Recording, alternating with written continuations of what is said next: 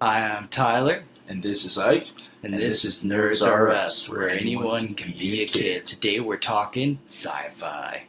So today we're going to be covering scary stories, Good stories, crazy stories, the realism of the science behind it, and everything in between. Ike, sci-fi fan, not a fan? What's your take? I love science fiction, man. There's so many good plot lines out there and ideas that are super creative and easy to follow. Name a couple. Give me some examples. So some of my favorites would be like Blade Runner. That movie is just amazing. It's a mind fuck. It's a cult classic for a reason. I mean, never go wrong with Harrison Ford. Except maybe true. like Indiana Jones and Crystal Skull. But I mean, we're not going to talk about that today. Cover that one on a later date.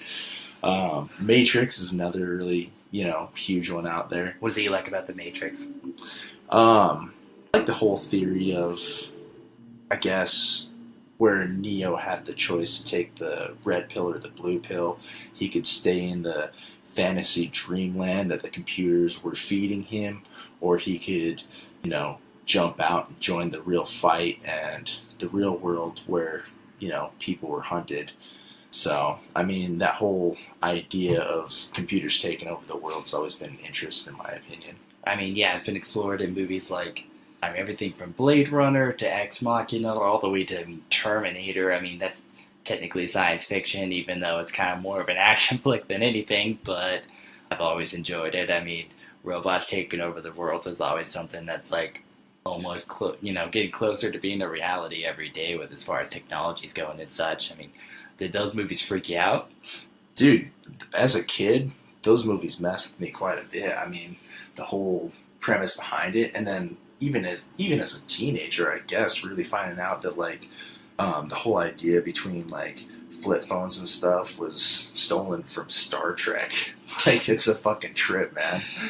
Well, I mean, if you think about it, there's tons of technology that came out, like books and stuff, like the iPad. I don't know if you've ever seen the movie Ender's Game, but they have something that's exactly the same as an iPad in the book, and then the movie came out after the iPad, obviously, but they have the iPad in the movie as well. It's the same exact thing, and they play games on it. They chat with people on it.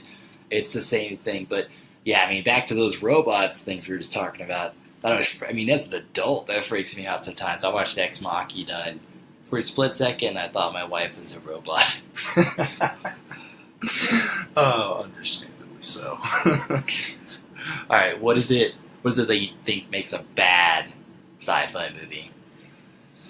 God, I don't know. Everybody talked about like Valerian. Valerian got some mediocre to bad reviews. And honestly, I didn't think it was all that bad. It was very similar to the whole Avatar premises. I feel it was better played off than the Avatar movies. Personally, I think it was just a little bit easier to relate and a little bit more fun and entertaining, I guess.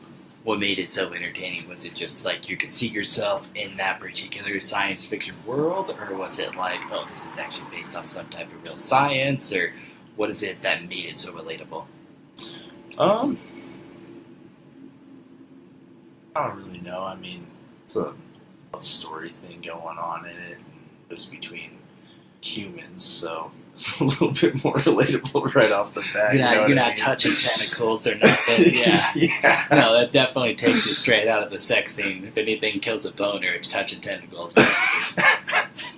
If this was an anime show, I'd be talking about something completely different as far as tentacles go. But yeah, it's sci-fi. Doesn't do it for me. Although, 3 titties and Total Recall made my day, so not even mad about that. It was super neat, man. Okay, Star Wars. Sci-fi, not sci-fi. What do you think? Do you think it's, first of all, great story or okay story? I love Star Wars, man. I've always loved Star Wars. I'm only 24 now, so obviously I didn't see the first 3 when they came out, but, when they started going back and doing episode, 1 through 3, and the continuance afterwards, I've seen every single one of those in theaters the day that they came out. It's just it's just something I have to do. You know what I mean? Yeah. Personally, What's your favorite of all of the Star Wars there right now? jeez. 1 through 8. I'm assuming you saw Phantom Menace first, because I saw Phantom Menace first. That came out when I was 5 years old. It blew my freaking mind. Instantly became a huge Star Wars fan from then on out. Seen every Star Wars since then. God. Was it Phantom Menace just because that's a close place in your heart that you didn't know was there until Phantom Menace touched it? Right. God, I don't really know that I have a personal favorite, to be honest. I mean, I like all of them. I would say some are better than others. I definitely feel like some things in the newer movies could have been done better. Don't know if that's a Disney thing or what, but yeah, I would say either Phantom Menace, even Attack of the Clones. I like Attack of the Clones personally a lot. I like thought Attack it of the was Clones badass. too. I mean, it gets a lot of shit. I mean, those prequels get a lot of shit, but I mean, I still love them. I'm gonna get a lot of hate for this, but I love Jar Jar Binks. When I saw that motherfucker as a 5-year-old, I was like, this guy is my jam. Yeah, he was super. There's nobody, if you're a kid and you see like a funny character, he's a funny character and you love it. Doesn't matter what. I mean, as an adult, you're like, oh, I see how stupid this is. But as a kid, I loved it. I mean, that was part of what made the story so good. I was like, oh, I love this as a kid. And I still go watch it back as an adult, and I'm like, oh, I see like the twist and plot you're putting into there that I didn't catch as a kid. That's why I like that movie so much, even though it's like one of the most probably the most hated Star Wars movie ever is Phantom Menace. Yeah. Everybody bags on it, but I mean, it is what it is. What are you going to do? But fantasy or science fiction? Do you consider it science fiction or is it fantasy? God, I mean, obviously, to true science, it's definitely more fantasy than anything. But honestly, like any kind of space stuff, mostly I lump in with sci-fi personally. It's such a blurred line between sci-fi and fantasy. I mean, the lightsaber, it's like, yeah, I mean, light's a thing and sabers are a thing, but stopping light, that's not a thing. Well, stopping light without anything at the end of the lightsaber doesn't make any sense, you know what I mean? Like, light travels in a straight line until the energy is gone and it's no longer light. Like, that's how that works. And obviously we can see stars blowing up millions of years later, so that shit's got some fucking hang time, you know what I mean? Yeah. So it's like, realistically, are you going to ever be able to make a lightsaber? Doubt it. I really, really doubt it, unless you're running some kind of crystalline structure that the light gets trapped in and refracts around.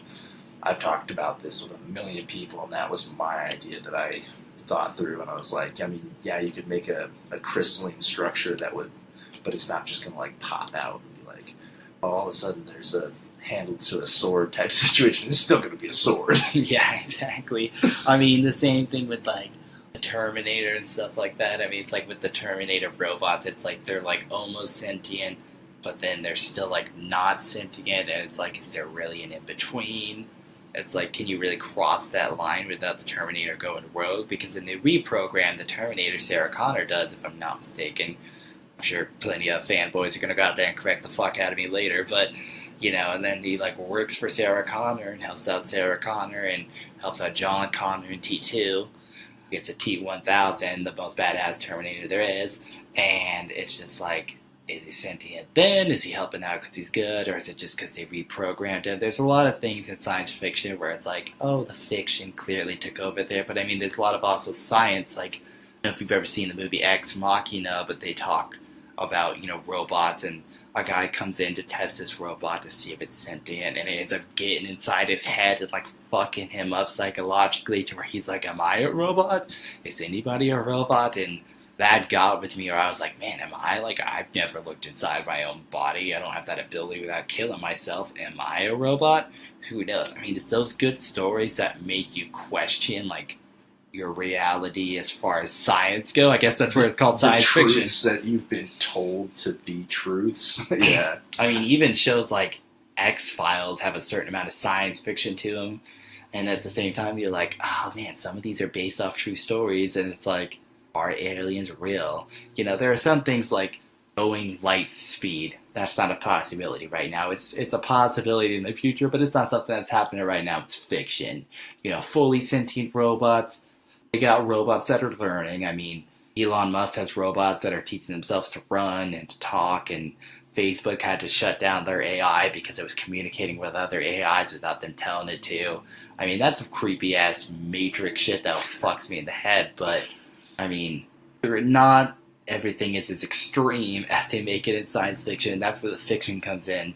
So as far as the fiction goes, science aside, like, good story, what do you think has the best, like, a fiction movie in your mind that pops out as a really great story? I'm going to come out of left field, and one that I thought was really good, even though it's, like, as old as the ages. Orson Welles, when I first saw Tom Cruise, was War of the Worlds.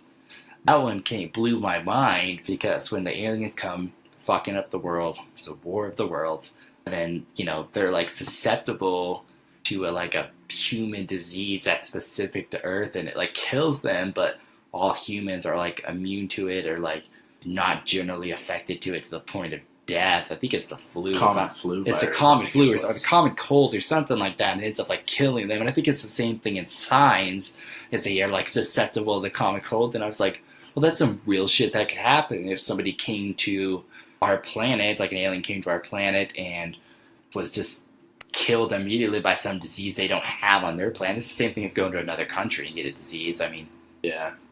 There's that island that has, God, I think it's like 40 native people on it or whatever.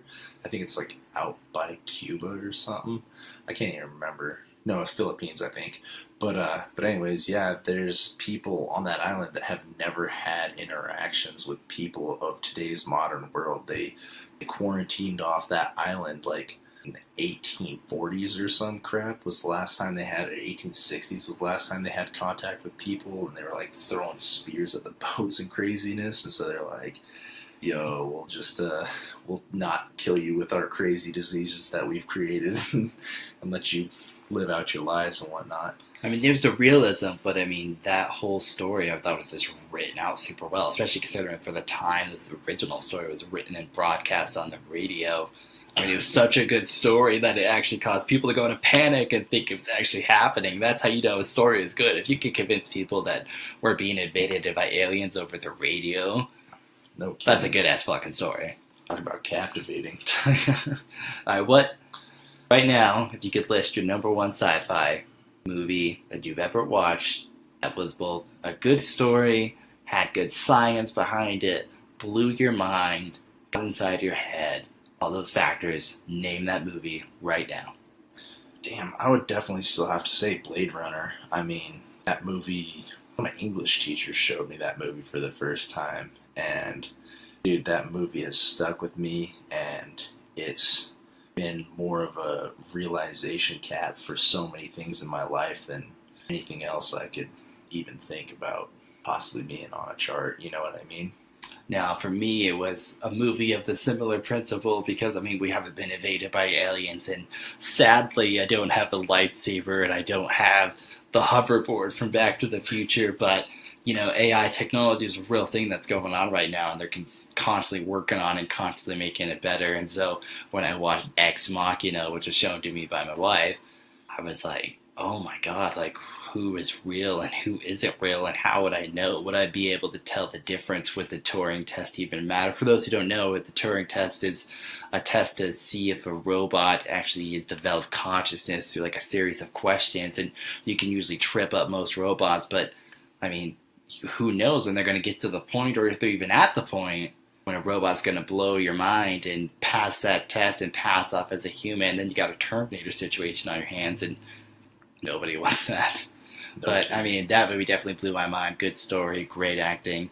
I think that movie made me have a new appreciation for sci-fi, that while I love Star Wars and I love the Star Trek movies and all those, I love Signs, I love Deep Horizon, I love Armageddon, all those type of movies, nothing gave me a better appreciation for sci-fi than that movie in particular.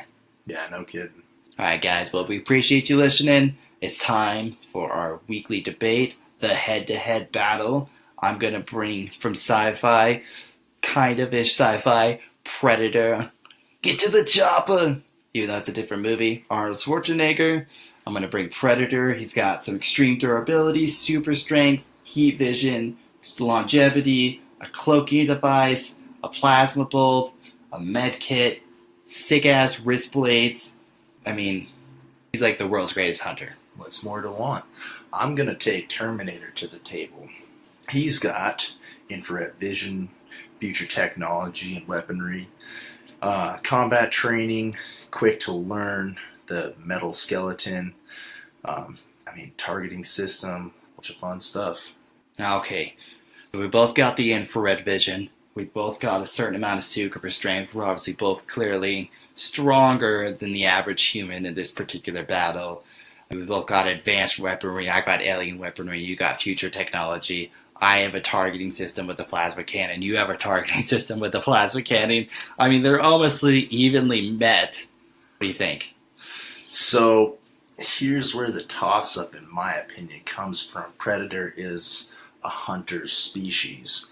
Their whole premise is to hunt. So it depends on which predator, the Terminator would be fighting, to be honest. But, they do have the nimbleness and the agility to jump around in the trees and hide out and whatnot. But as a hunter, you only have so much you gotta wait and kind of check out your prey on, right? Terminator, you're specifically designed for one thing, seek and destroy. So while the Terminator might not be as agile, I feel like being biomaterial being, he has kind of an advantage on that situation, being that, if he gets shot and injured, the only way to really take out any Terminators would be crush them, melt them, or mess them up to where they're so disabled they can't move. And he's got that exoskeleton, but the Predator does have, he's got a med kit. He obviously knows how to use it. Also, he's not susceptible to, most standard bullets and things like that. Obviously a plasma cannon from a Terminator is going to have the advantage, or at least more of an advantage than a shotgun would, so he can heal a certain amount and can take quite a bit of damage. The Terminator's weaknesses, he is a machine, can't break down. But it's hard to debate because they're going plasma cannon to plasma cannon, so it's almost like a who can evade better type situation. How many shots do they have? How many shots do they have? Who's going to have to reload? Who can sneak up on who? The only thing I would say is that Predator's got that cloaking device.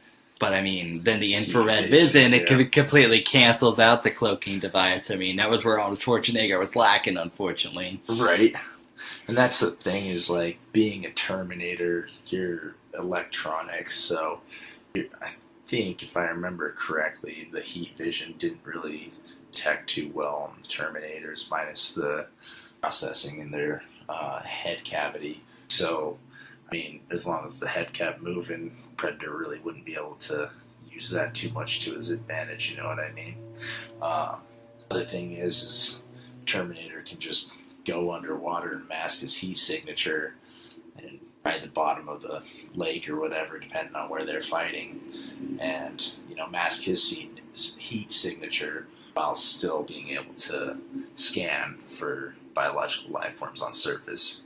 So, all in all, at the end of the day, I think I gotta give this one to the Terminator, just because as a robot, he can take some serious damage and not be affected by it, whereas, the Predator can take some serious damage and still keep going on, but eventually is going to start to slow down. It's going to bleed out. There's going to be some blue blood on the rocks. There's going to be some blue blood on the trees. Wherever the fight is, there's going to eventually be some blue blood. There might be a little bit of oil, but at the end of the day, I get to give it to Terminator.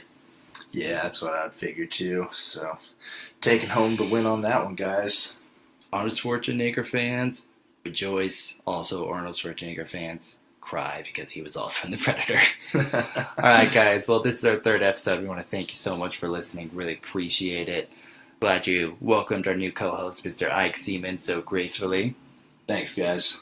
And if you like what you hear, feel free to check us out at our website. That's nrdsrus.com or nerdsrs.com. We're also releasing all our episodes on YouTube under the name of NerdsRS. Same situation. You can also find us on where, Ike?